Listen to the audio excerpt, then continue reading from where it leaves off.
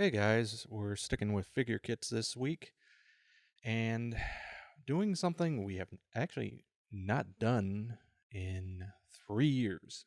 I actually went back and looked, and we were looking at one of Hasegawa's 112 Egg Girls, specifically Mikumo and her tiger outfit. So let's open her on up and take a look.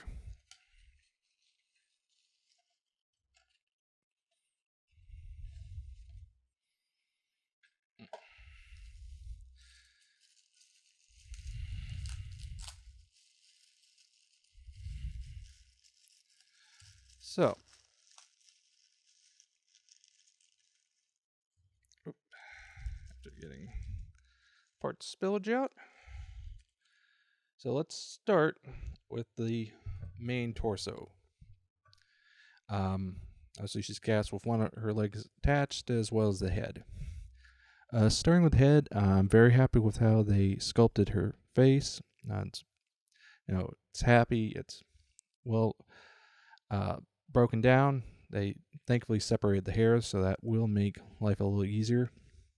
Since her head is attached to the body, it is going to mean you're going to have to mask that off, which could potentially be problematic just because of the angles and getting the tape in there.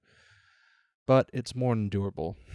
Now, an interesting thing that they did on this figure is they made the stripes recessed into her top and even into her shorts. This is an odd choice. That's the only way I can put it. Hopefully, they're showing up on camera. It's odd to me. I don't understand the rationale for it.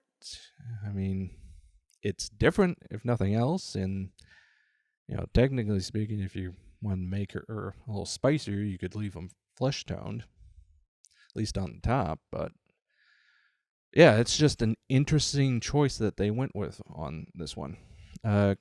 Moving on, big issue I found on this one is the mold lines on running down her sides are pretty bad on this one.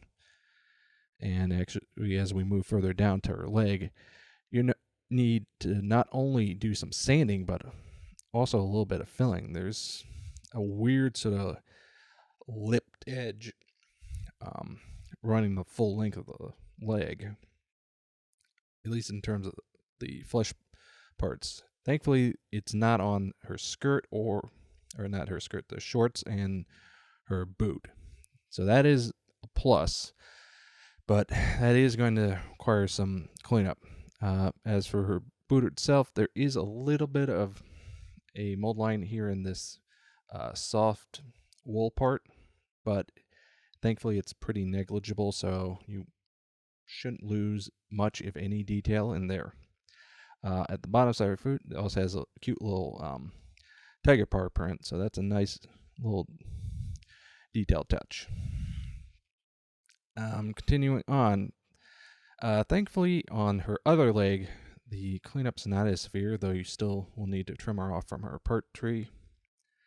Again, the only real issue is a bit of a mold line running down the flesh of the leg.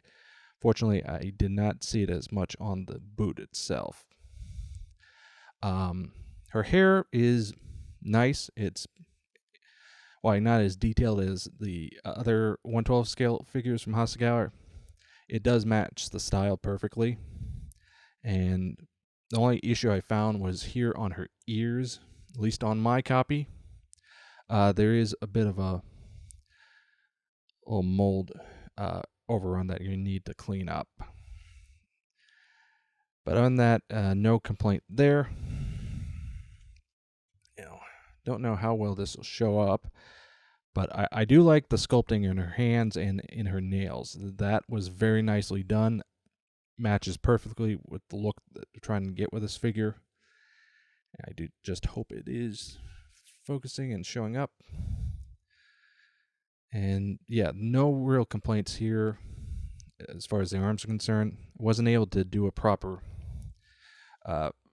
fit test, but overall, compared to the figure we were looking at last week, fit seems a lot better.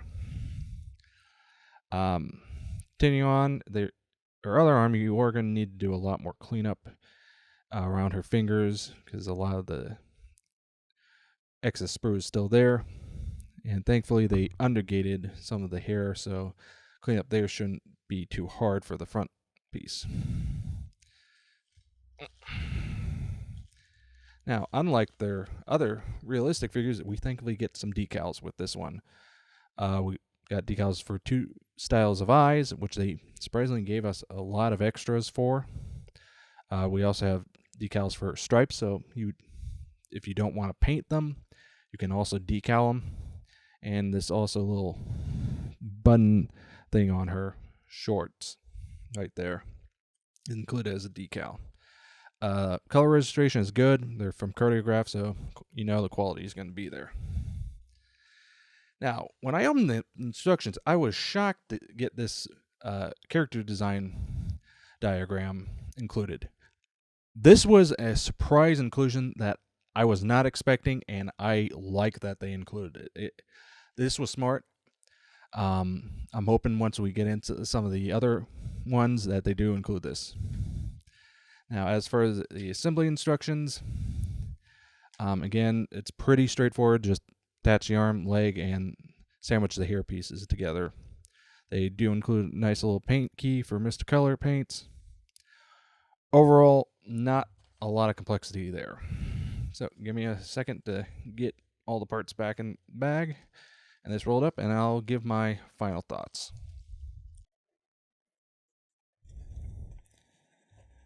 So overall, I think this figure does a number of things right. I think character design and overall execution is good. I do think, however, there are some quality issues, and there is a lot of cleanup you're going to need to do. Thankfully, it's not as bad as the figure we looked at last week, but definitely one to be aware of and know what you're getting into. So that was a look at Hasegawa's 1/12 scale Mikumo in her tiger outfit. Nice little figure, but there is going to be a bit of cleanup to her. So until next time.